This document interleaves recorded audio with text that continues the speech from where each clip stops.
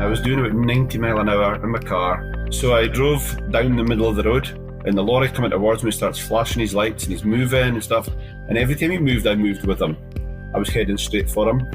And I must have been 50 yards from him when my phone rang. If that phone hadn't rang, I wouldn't be telling you this story. Welcome everybody, this is Simon Gilbo with Inspired. Inspired, if you're new to us, is all about meeting different mates of mine from all sorts of different walks of life. We've got beautiful stories, often messy. Life is messy, isn't it? Stories but where at some stage something dramatic has happened and it's been a complete game changer. And I've got no doubt that you're going to be inspired this week. It's important to be inspired, isn't it? Because we're bombarded relentlessly by negativity and pessimism and sort of anxiety and news that just makes us feel depressed. And as I talk about the word depression, that's a big part of our guest story. And I just got no doubt you're going to be blown away. And in an hour's time, just under an hour, you'll have this sort of vicarious smile of joy at what God has done in and is doing through his life. So welcome, Sandy Garvock. Morning, how you doing? Great. So as you can already tell after 5 words out of Sandy's mouth, he's from Scotland and the northeasternmost tip, is it? Northeastmost tip in the UK mainland. Yeah, Peterhead, 30 miles north of Aberdeen. And I've talked to our Sandy to speak as clearly as possible. He says with his mates, we wouldn't have a clue what he's on about. As you said, you can't put subtitles on a podcast. But Sandy, listen, when we met a few months back at J. John's conference and I heard your story, you're talking late into the night, it was so encouraging, mind-blowing. And I straight away want to snap you up to get you on this. So listen, I'm just going to launch you off and you'll blow us away. So, I know you had a really rough upbringing, didn't you? Yeah, upbringing was pretty tough, really, really tough. My dad worked on a farm. We were really poor, worked hand to mouth every week. It was a case of wages came in, wages went out. There was nothing spare. But I grew up in a very affluent primary school, where everybody's mum and dad worked in oil and gas and they were very wealthy and they had everything they wanted. They had all the fancy gear, which meant that the day that I started school, I got bullied because I was a poor kid. Bullied my whole way through primary school, all 7 years of it. Hated every single minute of it. Moved on to secondary school, same thing. Bullied the whole way through secondary school because I was the misfit. Didn't quite fit in, didn't quite get it, had hand-me-down clothes, and I was a poor kid. Easy target, I suppose. Did that through my first secondary school, and then we moved to somewhere else. Moved up to Forest, which is up in Morayshire near Inverness.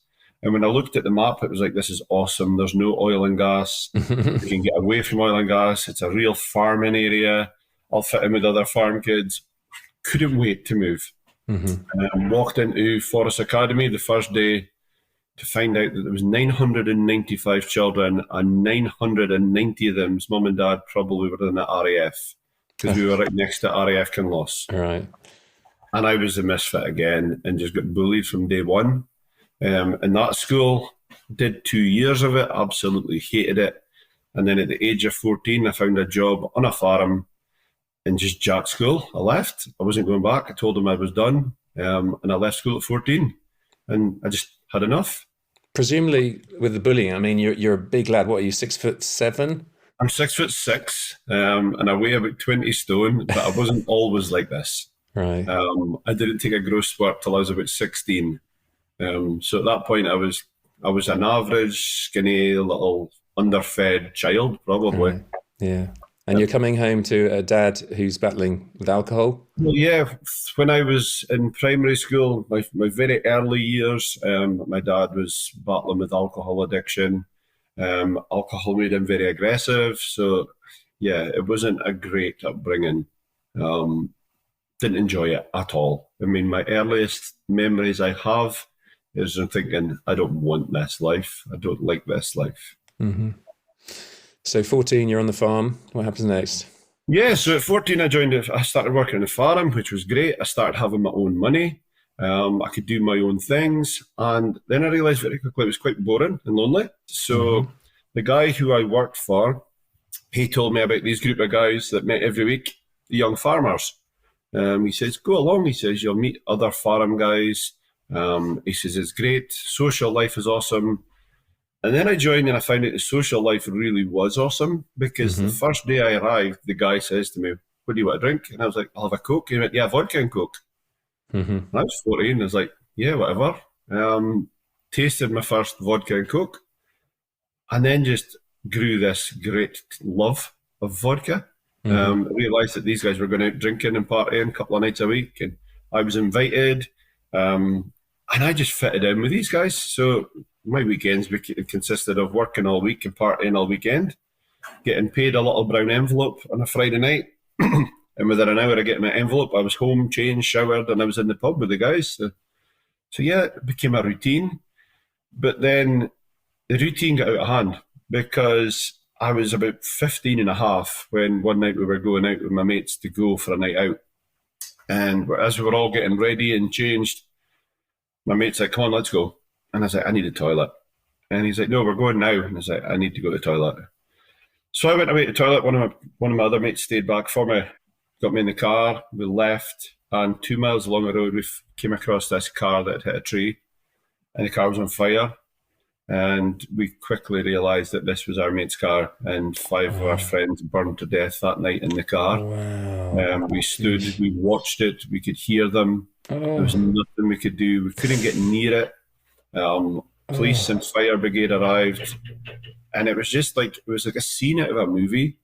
Standing watching this happening right in front of my eyes, realising that I just lost 5 of my best friends in one night. We dealt with that night and left there, and the first thing we did was went to the pub, and we got absolutely smashed. We got drunk out of our skulls. But then it happened that every night there was these images and these thoughts, and the only way I could hide them was to get drunk. So I was getting a bottle of vodka every day, drinking some before I went to my work, just to cope with the thought of working all day. The job I had drove past this scene every single day, probably 10, 20 times a day, sometimes the year. And I was just like, nah, can't do this. So alcohol became my best friend. Vodka became my best friend. And I spent 2 years at least just living every day, getting absolutely smashed. And then the weekends I can't even remember the weekends most of the time. But along with the alcohol came, I grew into the man I am now. Along with the alcohol came the fighting and the violence and getting involved in scraps, which then led to one night being in a nightclub in Elgin where there was a massive brawl that I got in the middle of. And by the time I left, I was offered a job as a bouncer. I was only 17. Wow. But the manager was like, the owner, he was like, I'd rather you were fighting with us than against us. I want to give you a job. So I started working as a bouncer, 17-year-old. Wow. And then that's when the real problem started, because I gained this power. I gained something that I never had in my life, was that people were afraid of me. And that I could use this to my advantage, which then led to me going down this massive spiral out of control. So how long did you last as a bouncer? 17 and a half years. Wow. When I moved to Peterhead, from Forest down to Peterhead, there was nothing I could do. There's no farms in Peterhead. It's the largest white fish port in Europe. It's all fishing. I knew nothing about fishing. I didn't want to go on a fishing boat. I started working pubs and clubs. Did that in Peterhead for a while. Got offered a job in the largest nightclub in the northeast of Scotland. Within 6 months, I was the manager of the nightclub. And the power trip I went on was absolutely phenomenal. I was untouchable. Nobody could get to me because I had this team of bouncers in front of me. I felt like I was invincible. I could do what I wanted when I wanted. I then took on my own pub and had my own pub. I managed the nightclub for 12 and a half years. I was the youngest manager this chain of nightclubs had ever had. I made it the most successful nightclub they'd ever had, which then led to this mindset that nobody can stop me. I started doing stuff I shouldn't have been doing. I mean, we have a thing called Pub Watch, which controls every single licensed premises in our town. So if one person misbehaved in my club, I could ban him from every licensed premises in the whole town. I could make his life hell. So I did, because I had this power. And I just became a very self-centered, selfish person. It was all about me. Anything I wanted, I got or I took. And if I couldn't take it, I would hurt you for it. And then a few years into being in this nightclub environment with the people I worked for, I realised that they had mafia connections because they offered me some additional work on top of my job. And all I had to do was use my fists. And I could make a lot of money very, very quickly, which I started doing. I remember this one time where I was offered a job, which was paying a lot of money. And I went one Sunday morning and knocked on this guy's door. And the guy opened the door holding his cup of coffee. And he didn't even get time to say hello when I hit him. And I made a mess. Because that's what I was paid to do. I'm not proud of it. I'm not proud of who I was. And it was like, I remember standing back and looking and thinking, oh no, have I killed him? And I knew I hadn't because he said stop. Right. So that was at the point where I realised my life is out of control. I'm just horrible. I hated the life I had. I didn't want the life I had, which then led to me attempting to take my life. Go on. So you were driving along, weren't you? Yeah, so I was going through a stage in life where it's like, this is just nuts. My marriage had fallen apart a couple of months before. I'd moved into a tiny little flat. I was absolutely hating the flat I was in. But just before I attempted to take my life, something happened that was like mind-blowing, which really twisted my head, because I decided that I was fed up with the life I had. I wanted to go away, have a bit of adventure. So I went to Ibiza with one of my mates. But just before I went to Ibiza, I'd met Janice, who was a friend of mine. And Janice had invited me to church. And I'm like, nah, how on earth can a guy like me go to church? Doing the things I'm doing the things I've done, the past I have, the life I'm living. I don't fit in church. You go into church and it's all good living people. That's what people say here. When you go to church, you're good living. You're one of those goody goodies. I wasn't far from that. I was probably the furthest physically possible you could get from that. I remember a woman had said to me just before the first day I ever walked into church that you're the son of Satan because you drag people into your nightclub. Right. And this is in my head. It's like, how can I go to church? But I went and I'll be perfectly honest, I absolutely hated it. I hated it the first day I walked in because I felt like the odd one out. Everyone was looking at me. Everyone was speaking about me. Everybody knew who I was because I was it's a small town mentality. Yeah. Everybody knew me. They knew that the night before I'd been standing in a nightclub door and here I was on a Sunday morning standing in a church. And I just hated it. So it was like, nah, not for me. I'm not going back. I'm done. So I went with my pal and we went to Ibiza to have a party. We had this monster week where we partied like you wouldn't believe. And then on the last night, I'm then thinking, I've got to go home, contemplating life. Why would I want to go home? And the only thing I had worth going home for was my children. That's all I had left. How old were they? At that point, my children would have been 7 and 9. So I'm like, I don't want to go home. So I go for a walk and I'm sitting outside Cafe Mambo on the beach. And at that point, right in front of me, there was a guy stood in front of me. And he looked filthy. He had filthy clothes on. He had this big shaggy beard, long hair, unwashed, unkept. And I thought he was a beggar. So I'm like, sorry, I don't have any money. And he went, I don't want money. And I was like, well, what do you want? He's like, I'm a street preacher. And I was like, no, forget it. I says, I've been to church. I can't do church. I'm not interested. I don't want to know what you've got to say. And he's like, I've got a message for you. Like, what do you mean you've got a message for me? He says, when he asks you to wear his coat, put it on. When he asks you to wear his coat, put it on. Right. Yeah. When he asks you to wear his coat, put it on. I'm sitting there and I'm rubbing my eyes thinking, what on earth is going on? And when I looked up, this guy was gone. For as far as you could see, there was sand and sea. And he disappeared. He vanished. And I'm like, oh, wow. My drink's been spiked. I've had too much alcohol. I've finally lost my marbles. My mind's gone. And I've got all these things going through my head. It's like, I have really just had a breakdown here. I've cracked up. So I came home the next day, flew home on a flight, and the whole time my head's just fried. And I came home, I met my boss, I walked into the nightclub, I handed him the keys to the nightclub, and I told him I was finished. I was done. I'm out. I've had enough. And he's like, you can't leave. And I was like, I can. He says, if you walk out the door, he says, you'll be no one. And then in the back of my head, I was like, I actually want to be no one. I don't want to be anyone anymore. I want to be a nobody. So I left, came out, stood in the street outside the nightclub, and then thought, what on earth have I just done? I'll go and see Janice because, well, one, I had a bag of clothes that need washed as well, and I didn't know how to work a washing machine. So I went to visit Janice and told her about this story happened with the guy on the beach and the fact that I'd left my job. And she went, don't worry. She says, God will provide. I said, I don't believe in God. God's not real. God doesn't exist. She says, well, maybe he's trying to give you a message with the guy on the beach. And I was like, don't be daft. How can God give me a message on the beach in Ibiza? So I left that, went home, sat in my flat that I absolutely hated. Absolutely hated it. And something in my head was like, nah, I've done. I've had enough. So I got in my car and I went for a drive and I headed towards Aberdeen. And there's a great big long stretch of road just out between Aberdeen and Peterhead.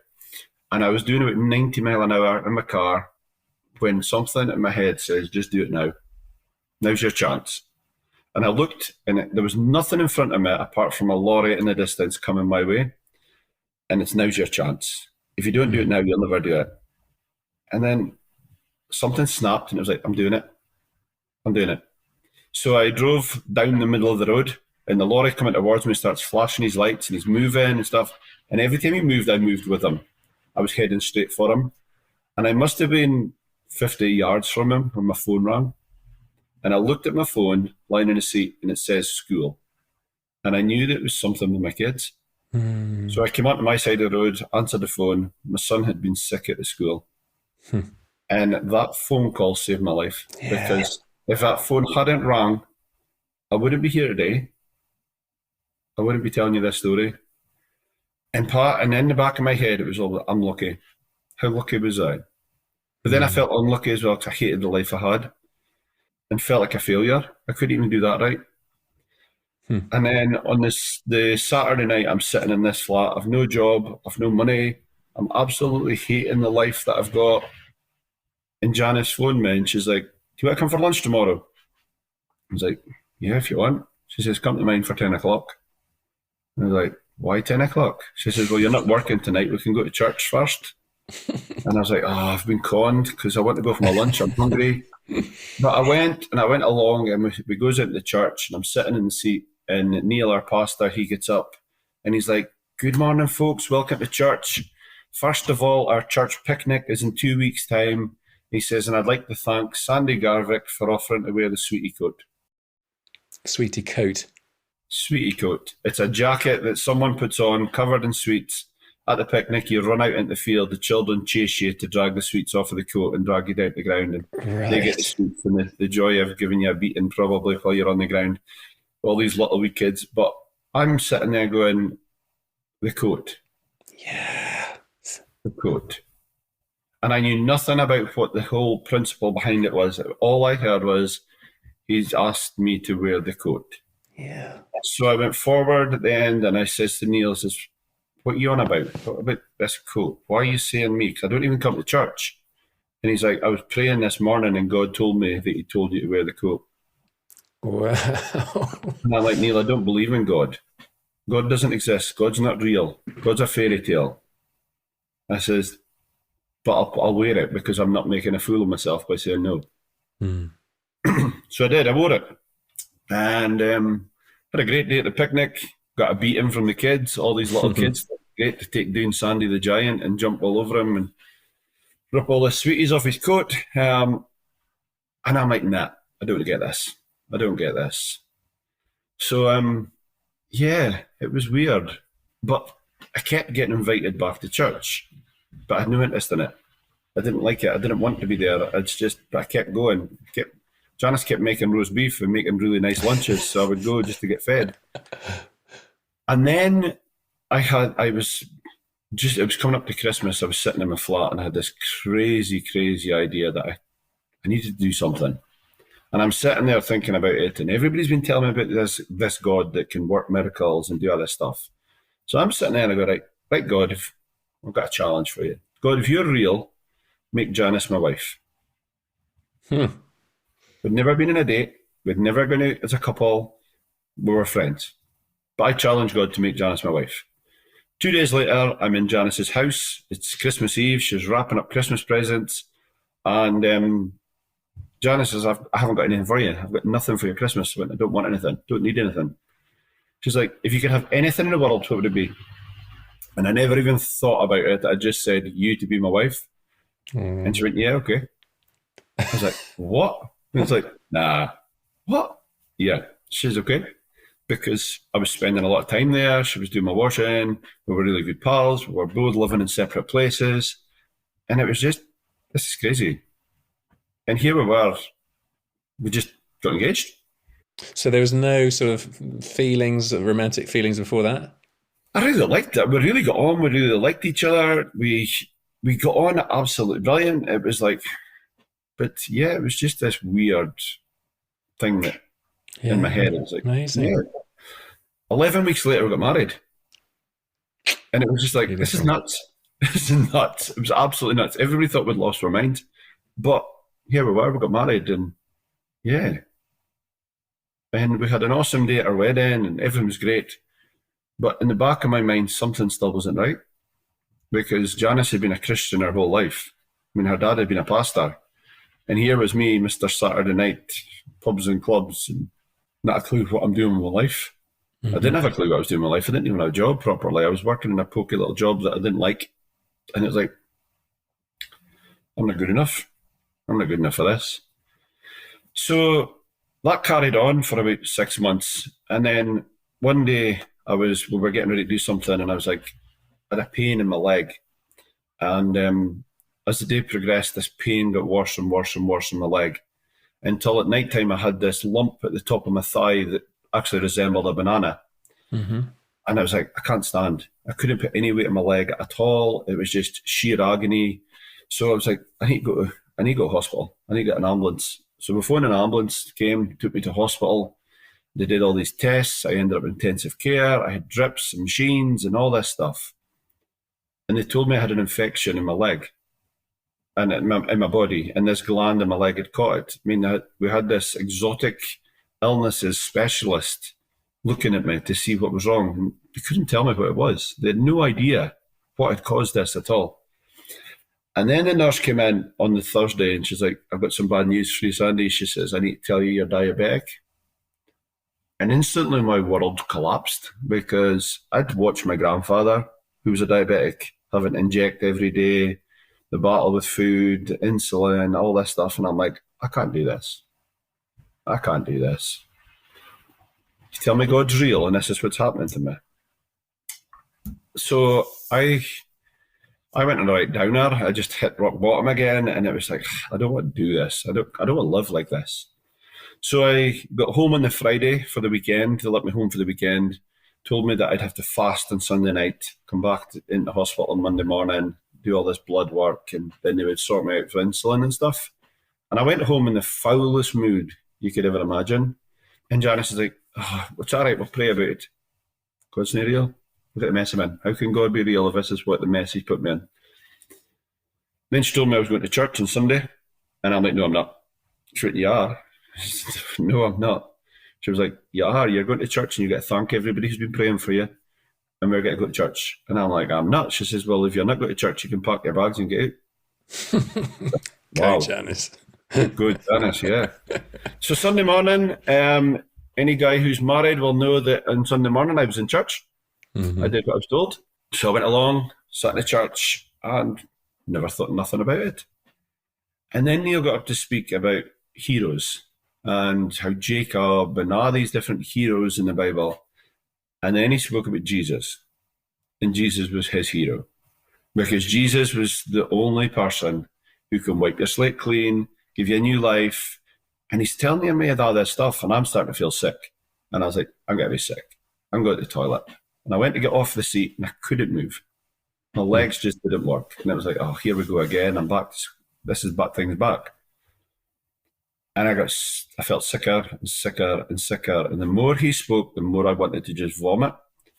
And the sweat was running down my forehead. And I'm like, I'm going to just absolutely make a fool of myself here in the church by being sick. And I couldn't move. And I just felt absolutely horrible. And then he's like, and Jesus will heal you.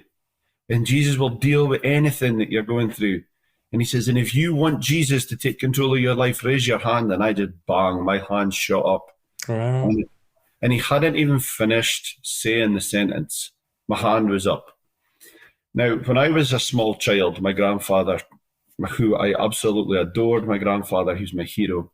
My grandfather told me that real men don't cry. So I had never cried in public. I've never cried in front of anyone my whole life. Even when my dad was giving me a beating, I wouldn't cry. I would just look at him and think, is that it? And here I was, sat in this church, and as I raised my hand, I could feel this burning sensation come from the soles of my feet, up through my body, and I could feel it moving its way through my body and go out through the tip of my fingers. Yeah.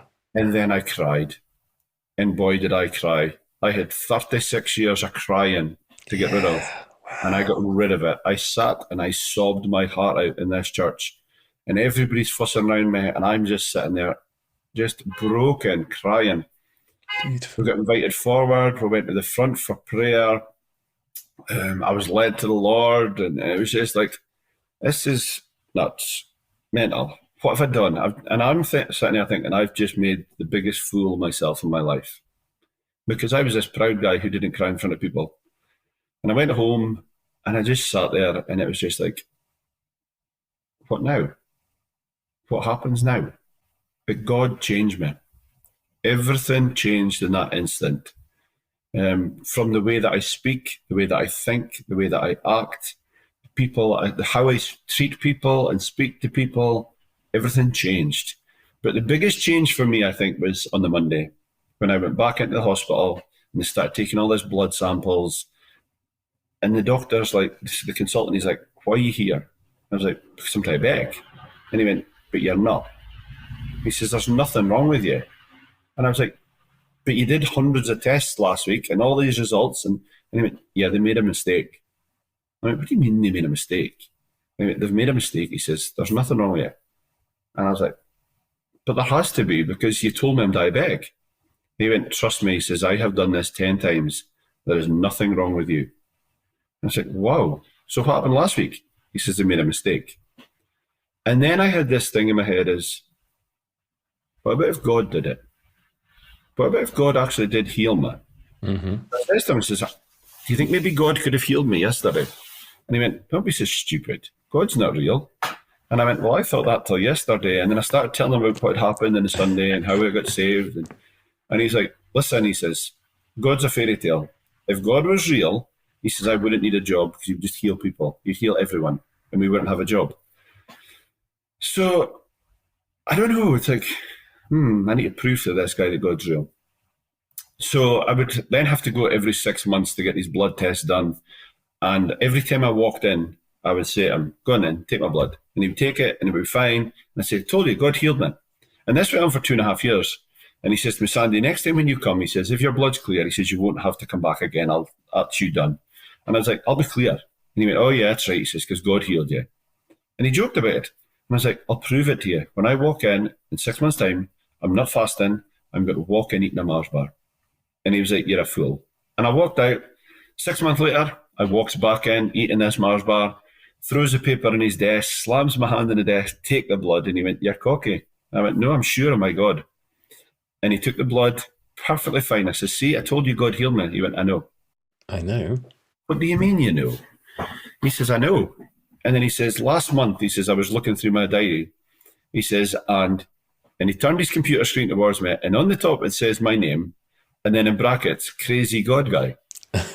And he's like, I'm sitting there going, oh no, here's Sandy again with this stories of how God healed him and how God's got to fix the world. He says, and as I'm sitting thinking this nurse walks in, and she went, excuse me, she says, would you like to come to this thing in our church on Sunday and Saturday? And she gave him a leaflet for an alpha course that they were starting. It was a welcome day. And he's like, seriously? And he went, you know what? Yeah, I'll come. And his whole idea was, I'm going to go and I'm going to show them that God's not real. I'm going to smash this myth that God's real. So he went along on the Saturday, started this first night of the Alpha course, got invited to go on the Sunday, went to the church on the Sunday, and on the Sunday he got saved and he got healed. Wow. And he'd had an issue with his shoulder that he'd had for years. And he says, I can't lift my shoulder higher than 90 degrees, part level on my shoulder. And then he's sitting there, I had a motorbike accident, and then he's swinging his arm around above his head, and he's like, I haven't been able to do this since before my accident. He says, God's real. God healed me. I know. I told you. I've been trying to tell you for 3 years. And I think there's things like this that's happened in my life that showed me that God's given me a story for a reason. God's given me the life I had. As much as I hated it and as much as I didn't want the story I had, God gave me that story for a reason. And then I started to share my story with people, and things would happen. Yeah. People would get saved. I mean, I think the very first time that I saw that my story changed their life was I'd been asked to share my testimony for Easter Sunday in our church. And the week before, I went to my work, and my boss was like, grab your bag, you're going away. And I was like, okay, where am I going? He says, Cloggerhead. Never heard of it. It's a tiny little fishing village on the coast of Ireland, just beside Dublin. Never heard of it. I says, okay, how long am I going for? 10 days. He said, pack for 10 days. I went, I can't. So I'm going to church on Sunday. So I'm speaking in church on Sunday. And he was like, you're going. He says, go and get your bag. I went, I can't go for 10 days. He says, you're going. And he was like, look, I says, I can't go for 10 days. I'm speaking in church on Sunday. He says, do you think God's bigger than your job? And I'm like, wow. So I went and I got my bag, got ready, got my stuff, absolutely gutted, sent a message to the pastor saying, look, I'm going away for a few days. I should be back by Sunday, but if I'm not going to be, I'll let you know. And away I went. And the whole way there, I'm like, this is a joke. Why am I being sent to do this now? When God just gave me an opportunity to share my testimony in my church and show these people in my church that I have changed. Because I'm sure they all thought I was still the same person I was, and it was all going to be a flash in the pan, and give me 6 months, he'll be back to his normal self, doing what he's doing. So I goes down to Cloggerhead, got there and realised that it was a tiny little place. There was just nothing there.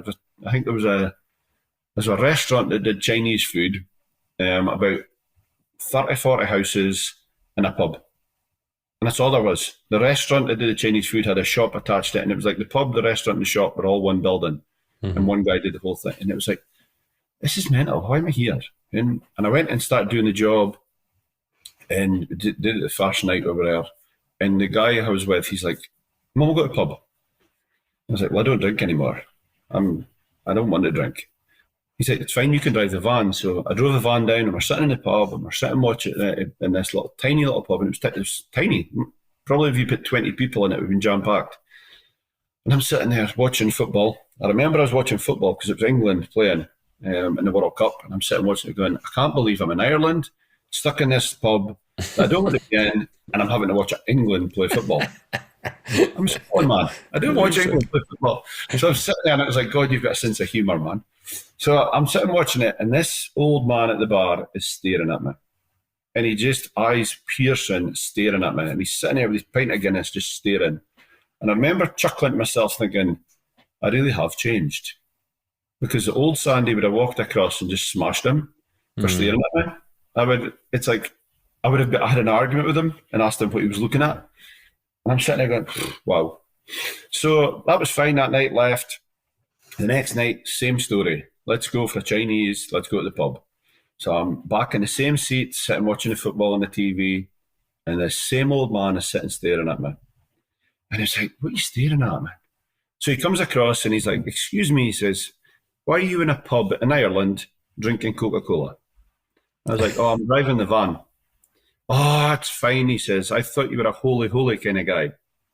And I was like, no.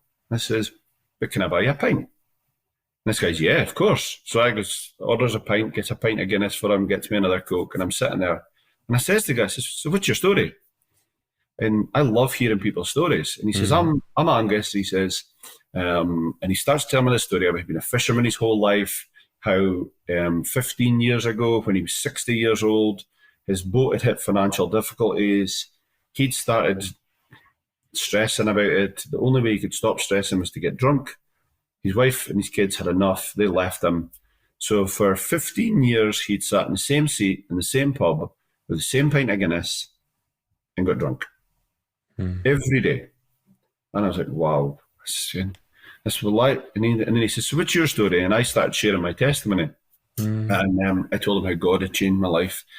And he was like, yeah, great story, he says, but it's easy for you because you're young. You've still got time. And I explained how he's still got time yet as well. And then Rogers, the guy I was with, he's like, come on, let's go. And I don't know why, but I took my business cards that we had from my work out of my pocket and gave him one. And I went, it's been a great chat. If you ever want to chat again, give me a shout. And I left. The next day we get to the job and it turns out the boat was moving. We're going somewhere else and our job was finished. It was cancelled. So on the Wednesday, I'm heading home and I'm delighted. So home, thought no more about it, got ready for the church on the Sunday, invited my dad to come along to hear me on the Sunday. And my dad was like, I'm not coming, I'm not going to church, you're all brainwashed. My granny found out that I was speaking in the church on Sunday and my granny forced my dad to go. So Sunday comes, my dad's in the church, and just as I'm leaving the house to go to church, my phone pings. And there's a text message on my phone from a weird number. Didn't recognise it at all, but I was in a hurry. So I put my phone back in my pocket, carries on, gets to church. And just as I'm about to stand up to share my testimony, I looked at my phone and I was looking for the scriptures that I had. And it's like, oh, that message. So I opened the text message and read it. And then I was like, right, Sandy, up you come. So I stood up and I'm sharing my testimony about what God's done in my life and how my life has changed and stuff. And I was like, guys, I want to tell you a story about what happened this week. And I opened and I'm telling about this guy Angus in this pub and all this stuff. And it was like, and I had a chance to share my testimony and it was a practice for today. I says, and then today I get this text message and I takes out my phone and I opened it and I read it to the church. And it says, hi, you don't know me, but you met my dad Angus this week in Clogger. And today, for the first time in 15 years, my dad came to my house. He was sober. We went to church and we both got saved this morning. Oh, so beautiful. And I'm sitting there going, wow, it's phenomenal. Yeah. And at that point, my dad just sat there and I saw him saying to the guy next to him, this is rubbish. And he stood up and he walked out. And I'm there and I spoke. The pastor got made an appeal at the end. 2 people got saved that night in our church. And I'm sitting there and he's going, this is amazing, Sandy, what an amazing story. And I went, yeah, but to my dad, it's all rubbish. And I'm thinking this guy in Ireland has just gotten his dad and him and they've both gotten saved and their life's now changed and my dad thinks my life's rubbish.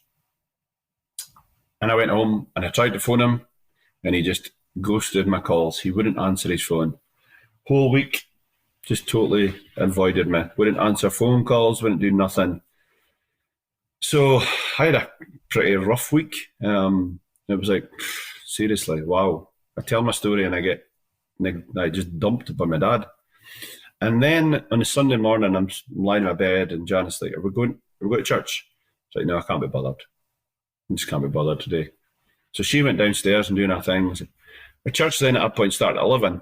And at 10 to 11, I hear this voice in my head, this nudge saying, get to church. Get to church. I said, can't be bothered, get to church. So I get up, get dressed, and as I'm going out the door, Janice said, where are you going? So I'm going to church. I thought you weren't going. Yeah, I just feel like I have to go. Something's telling me I have to go. So I went along to church, sat in the seat, and the pastor came up and he went, Sandy, you better move up one. I went, why? He says, your dad's downstairs. I went, you're joking. He's downstairs having his coffee. And I went, nah, it's not my dad. And your dad's downstairs.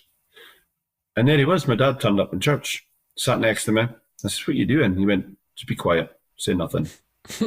And he sat through the service, and at the end, they made an appeal, and my dad raised his hand. And my dad got saved that Sunday, and it was like, wow, this is phenomenal. And gave him a hug, and we went forward. He got prayed for. And then the pastor says, so why did you come today? He says, because you told me you were never setting foot back in church because this was rubbish. And he says, I'm going mad. I'm going crazy. He says, because I haven't slept for a week. He says, all I can hear is that story going round and round and round and round inside my head. He says, and I need to find a way to get out of this. He says, he says, something told me this morning that I had to come here and I had to do this. And it's been about 8 years now since my dad got saved. I mean, it's 10 years for me this year, but 8 years since my dad got saved. But my dad's life changed instantly. He had radical change. I have an awesome relationship with my dad. I see him every day now. My dad comes along to me with what I'm doing with Man United and stuff. And it's just amazing that my story is changing lives. It's changing lives all over the world. I mean, the video that I shared with you was shared in Pakistan, and over 2,500 people in Pakistan came to faith through watching my video. And it's because God gave me this story to tell. Yeah. He put me on a journey where I became an evangelist. I went to Belfast and trained as an evangelist. And I could sit here all day and tell you stories, but we don't have enough time for that. But he put me in a place where I can share my faith and my God. I can share what God's done in my life. And I don't need scriptures and Bibles and stuff to show people. I show people every single day that God loves them.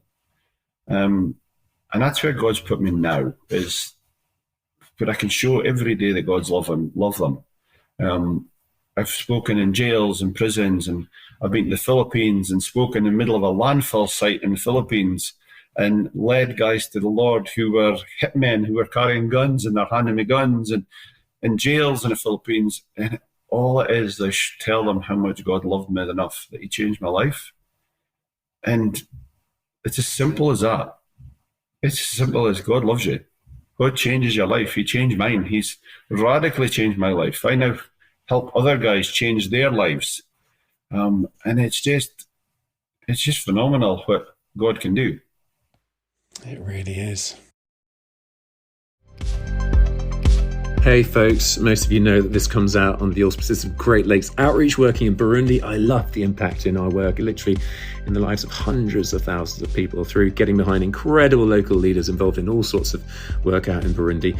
Listen, I've got some great news, and that is that we've got an incredibly generous friend of mine who has put in £50,000 for matched funding of monthly giving over the coming year. So if any of you were loving the podcast and want to be involved in our work, if you, for example, chose to give £10 a month for the coming year, that £10 is literally double, becomes £20. If you had more money, we're giving 100, that become 200, whatever, including if you're already giving monthly, and whatever you increase that by, that will be matched for the coming year. What an opportunity.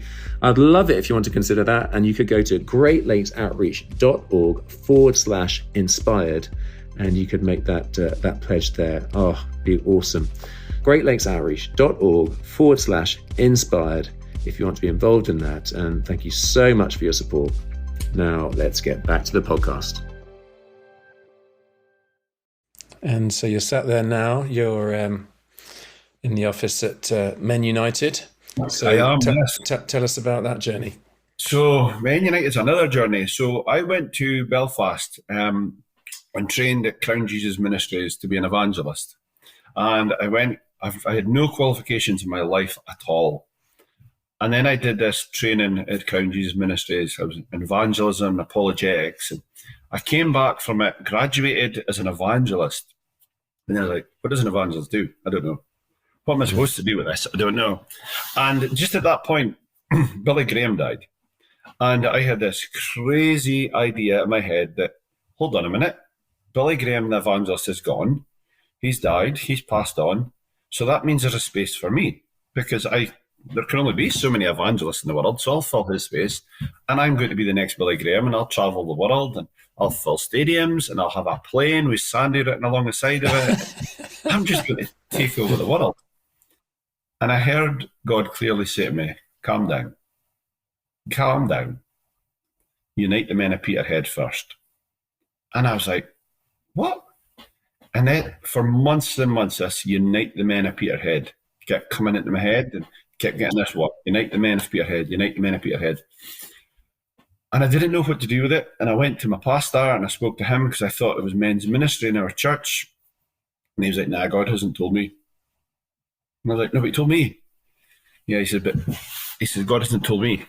He said, so until God tells me, it won't be happening. And I was like, yeah, but it wasn't a conference call. It says it was me and God. And he's like, nah. And I went away absolutely gutted.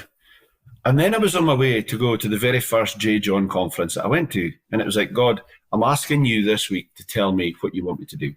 That was what I was asking. But just as I was driving down the road, I found out that the third guy in our town had committed suicide in 3 weeks. There was 3 young men in 3 weeks committed suicide in our town. And I'm sitting in a car. I just had a phone call to say that this guy that I knew had committed suicide, and I knew all 3 of them. And I was like, God, seriously, why are you not doing something about this? Why are you allowing these men to do this? And as clear as I'm speaking to you, this voice says to me, stop the car. So, I'm driving down the motorway, stop the car. Sign services, pulls into services, stop the car. And I was like, and God actually physically gave me a beating in the car that day. He beat me. It was like, I have been telling you for months and months and months to unite the men of Peterhead. He says, I'm not doing this. You have to do this. I've gave you the tools. Now go and do it. He says, you're asking me to reach out to these men. He says, I've put you in a place where you can reach these men. Yeah. And I'm like, what do I do? How do I do it? I don't know what to do. And again, I carried on. I got to the conference, and the whole week this thing got to me in this conference. And I came home and I met with a few people that I knew, and I spoke about it, and they're like, well, go on then. Do it. You keep giving people advice. And I was like, so the following week I started a Facebook page. It was, I'll tell you the exact date, it was 11th of August 2019. I launched a Facebook page called Men United. And basically the tagline is don't man up, speak up. And my first message we put on was, guys, if you're over the age of 18, living in the Peterhead area, you're struggling to deal with the issues that life are throwing at you, send us a message. And within 24 hours, 1,000 people joined our Facebook page. Wow. We live in a town of 20,000. So I had 1,000 people join our page. And it was like, in 24 hours, I had 52 messages from men, women, partners, family members, loved ones of guys who were struggling. And then I realised that this is far bigger than a Facebook page. So a week later, we launched a meeting, and we had a meeting in one of the local pubs. And basically all it says is, guys, if you've joined this page and you're really struggling and you want someone to speak to and you want to come meet us face to face, we'll be in this pub at this time in the lounge. Nobody knew it was me. Nobody knew what it was about. And I'm there, nobody's got to come. But I went into that lounge that day and I prayed over every single seat in that building. And then the door opened at 8 o'clock and 18 guys walked through the door. And I spoke about them. I shared a bit about my story, told them, Men United's not a Christian thing. We are here for every single guy.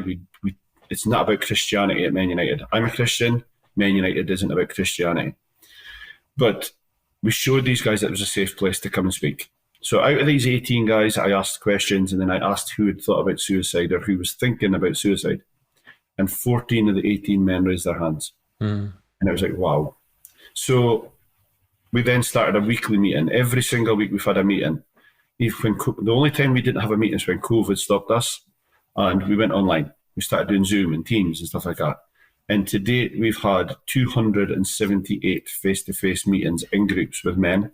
Wonderful. We've helped 807 men deal with the issues that they're facing. We've stopped 35 men from committing suicide physically. There is lots more men that we have helped who will admit to us that they've helped before they actually got to the attempting suicide, but 35 physical suicides interventions. And how it works is we show God's love. I show them God's love. I don't tell them about God. I don't do it. I just love these guys. And I'm there for them. I help them. I support them. We now have Men United in 3 venues. So we have Peterhead. We've got a small town called Newmarket outside Aberdeen. We've now started one in Turriff. We've started one for 16 to 21-year-old guys. And we see these guys day in, day out coming along and just sitting, speaking about the issues that they face. No judgment, just loving them, caring for them, supporting them, trying to point them in the right direction of what they're doing. We got charity status 2 years ago, and we have grown and grown and grown. We've now got a purpose-built building in Peterhead. Our building is like a man cave, and we've had politicians and everybody come in saying there's nothing like this in Scotland. There's nothing else like this, because it's designed for men. And everything is designed with a man in mind. It's making it comfortable for them when they walk through the door that they feel relaxed. So we've got the dartboard, we've a pool table with massive TVs, big sofas. And it's just a man cave. We're in a former pub, so it's very easy for guys to walk into because we don't tell them to come down to our building, we tell them to come down to the old Union Bar. And they think they're walking at the old pub. So it became very easy, but God then started showing me how we can change people's lives properly. And what happens is I work on this motto now called show and tell. And for me, it's probably the greatest evangelism tool I've ever had. Show and tell. I must show you God's love 10 times before I can tell you about God once. So now that's maybe going to take 10 weeks before I show you 10 times. But what I find is normally within that 10 weeks, you will turn around and say, Sandy, why do you do this? Well, my answer is going to be, I could tell you, but you don't want to know the answer. Well, instantly that guy goes, oh, I really want to know the answer now. Yes. And I share about my faith. And I share about how God changed my life and how God does all these things. And then I leave it with them. And out of the guys that we've helped, 27 guys have came to me and said, Sandy, I need to become a Christian. I need to find God. And I sit and I get a chance to sit and share with these guys and speak with them and lead them to the Lord and see their lives transformed. I mean, I went to church on Sunday and there was 7 of my guys sat beside me in the church. Oh, so good. With the work of Men United. Yeah. And it's just like... And now they're better dads, they're better husbands, they've got purpose in their lives. This is families transformed.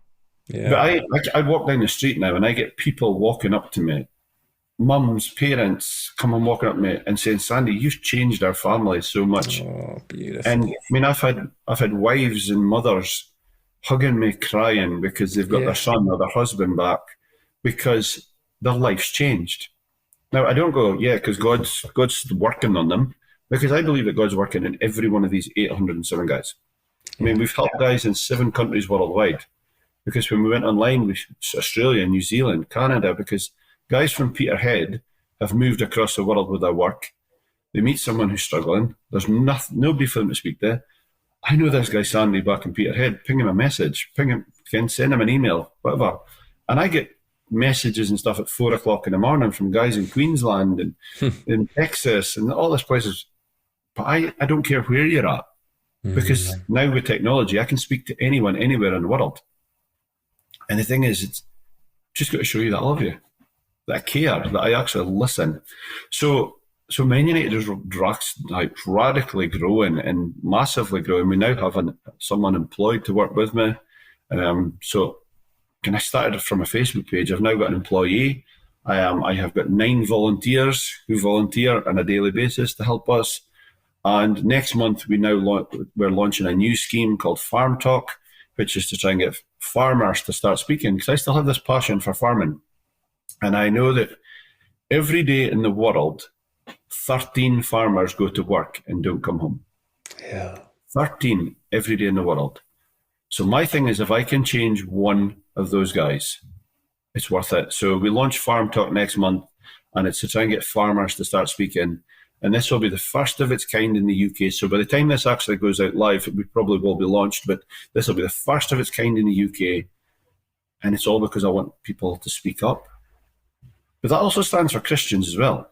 Because as Christians, we've all got a story. I mean, I meet so many people who have got this amazing story. So how many people do you tell in a week about your journey and your story? I don't. Because I hide it. Me, I share my faith every single day. Every single day I end up sharing at least one little bit of my testimony with someone. Because that's how I show them that God's real. I maybe don't say, oh, but God did this.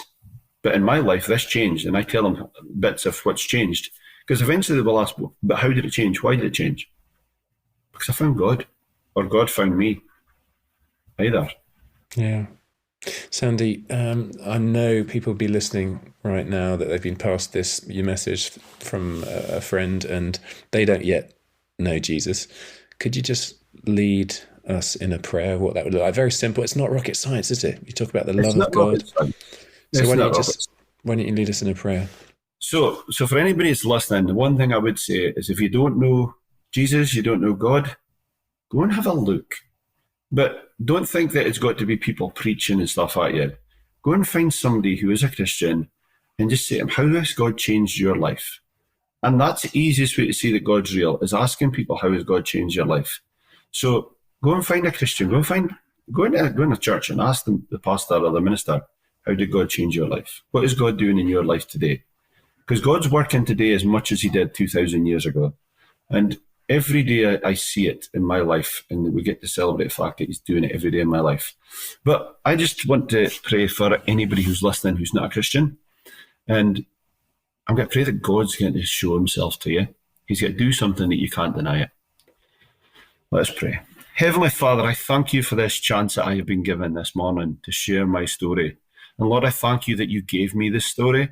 As much as at the time I didn't see why I had to go through all this stuff, I thank you that you put me through it so that I can now use it to help other people. But Lord, I pray that someone who is listening this morning is sitting there going, I need to know who you are. And Lord, I just ask that you were going to show yourself to them. Wherever they are sat right now, I want you to put your hand on their shoulder and they feel this tingle through their body that they can't explain, and they know that it's a touch from you. Because Lord, that's what you did for me. You wrapped your arms around my shoulders and you showed me that no matter what is thrown at me, we can get through it together. And Lord, I just pray that someone listening this morning, I pray that hundreds listening this morning will actually see that they need you, Lord. Yeah. And Lord, I just pray that you're going to show them to them. Lord, I pray that you'll put Christian people in their path, the right Christian people in their path, so that they can see that you're real and that you love them as much as you love me. And I pray for us in Jesus' name. Amen. Amen. Wow. Those who've been forgiven much, love much. And that's you, isn't it, Sandy? Listen, we've run out of time. I am so inspired. I'm so encouraged. It's been so edifying. Some of the stories, tears have come to my eyes. Listen, how can people be in touch with you? Just close out with details. The easiest way to find us is to put Google. Go into Google, type in Men United SCIO, so it's Scottish Charity Incorporated, but Men United SCIO. If someone wants to get directly in contact, it's Sandy, Sandy, at menunited.scot. Ping me a message, Sandy at menunited.scot, or find me on Facebook. But feel free to get in touch. Great, I'll put all that in the blurb. Any last words for us? So probably my last word is the best bit of advice I was ever given when I became a Christian. So I have a friend, Graham, who the day that I got saved walked up to me and he says, Sandy, I want to give you some advice. Don't ever let a Christian put you off being a Christian. And I looked at him and thought, what on earth does he mean? And I think it's because sometimes in life, people forget that even as Christians, we are normal people. We are sinners saved by grace. And yes, we make mistakes, but don't let someone else's mistake put you off actually looking at Christianity, because God looks after us all. And just because one person hasn't been nice to you doesn't mean that every Christian won't be nice to you. And that would be my little gem. I mean, J. John perfectly puts it together. There's two reasons that people are not Christians. One, they've never met a Christian, and two, they have met a Christian. That sums it up perfectly, because we are all imperfect people. But if you're listening and you're not a Christian, don't dismiss it because of other people. Find out for yourself. I dismissed it because of other people for years and years and years. And then I found it for myself, and I can't ever dismiss it again. So go and find out. Wonderful. Sandy Garvock, thank you so much. Thank you. No, thank you, Paul. Brilliant. Oh, guys, share this around, please. You can be in touch with Sandy. You can be in touch with me at simongilbert.com. I want to thank Adam Thomas for the editing, Mike Sandyman for the mixing. Next week, another fantastic guest. In the meantime, go well and God bless and toodaloo.